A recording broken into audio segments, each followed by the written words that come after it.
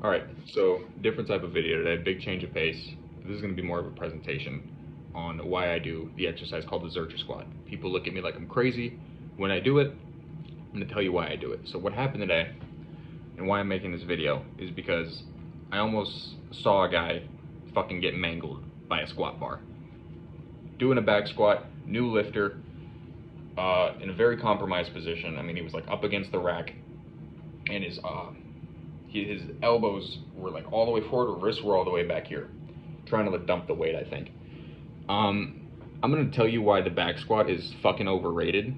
It's overprogrammed, and the zercher squat is underrated and underprogrammed, particularly for new lifters. This isn't a don't back squat video. Back squat, front squat, zercher squat, do all of it, right? They're all good for you. There's a reason people do these movements. Well, not the zercher squat. I'll tell you why you should do them, particularly when you're new. This is for you new guys. I'm a newer guy too. So when you're new, when you're what's called like deconditioned to exercise, you're not going to have the T-spine mobility to get into a comfortable back rack position. The same way you're not going to have the proper wrist mobility to get into a front rack position. What's the solution to this? Do a squat that requires none of this mobility. The zercher squat, bar in the crook of the elbows. People think that this movement is very intimidating only because they've never seen it. Because it's so underrated, which, I mean, fuck, I have no idea why it's so underutilized. So let's see what I got here. Why it should not be feared. Yeah, it hurts, right? It looks like it hurts. It does hurt. As you can see, possibly, yeah, you can see it there. I got a barbell mark in my elbows. For one, the gym hurts. You know, the bar is gonna feel very uncomfortable in any position. It's gonna hurt your back. It's gonna hurt your wrists, whatever. The gym fucking hurts. With the zercher squat, really all you gotta do to compromise for that, put some elbow sleeves on. Wrap a hoodie around the bar, wear a hoodie, whatever you wanna do. So, it's basically why it's good for newer lifters.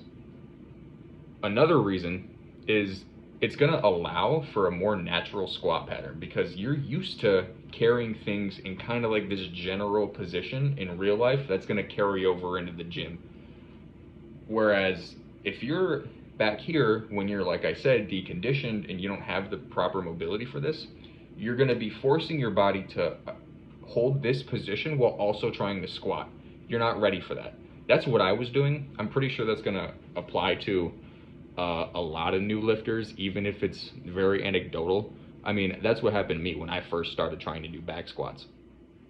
My body just couldn't do it.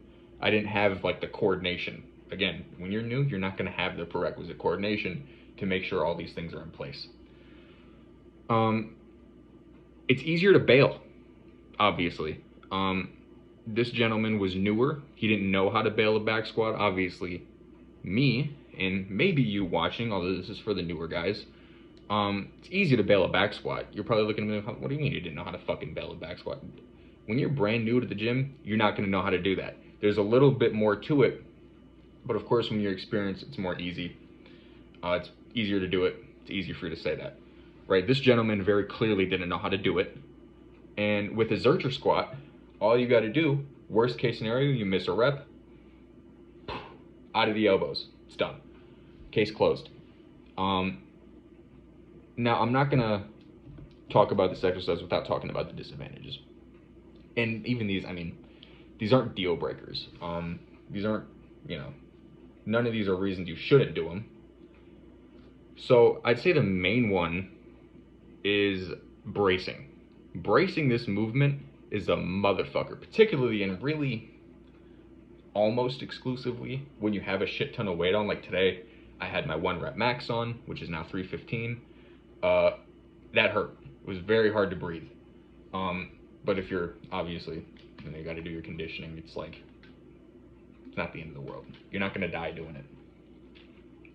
I'll tell you what, the closest I've ever gotten to passing out on squatting is this. I got a little bit dizzy, but we're resilient, we're humans. I mean, if you pass out fucking squatting, that's really hard to do, right? That means you're working hard though, salute to you. But bracing is very difficult. So with that too, you need to make sure that your walkout is on point. You need to make sure that your footing is found right away too, and just get the set done, right? And that's really only when you're lifting really heavy shit. Because I also hit a 4 at max today too, doing this, and really hard on the diaphragm because the weight's resting like right here, and you're making sure to squeeze it in as well. I hope I did a good job running that down. It can be awkward. It definitely is, because the bar, or not the bar, your elbows can come into contact with your thighs. You gotta squat you gotta squat relatively wide to what you would normally do.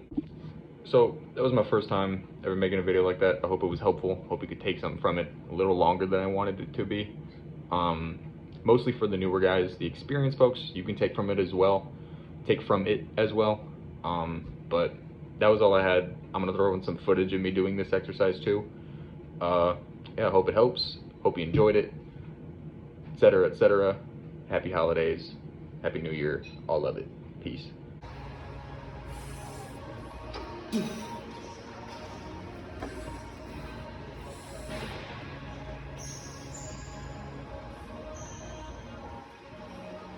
Go, go, go.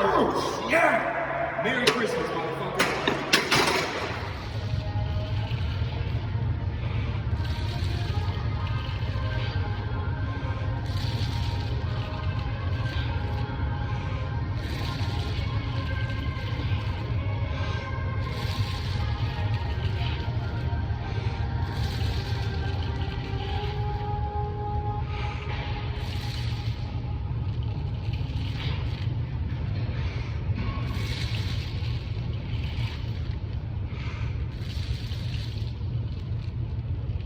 Oh!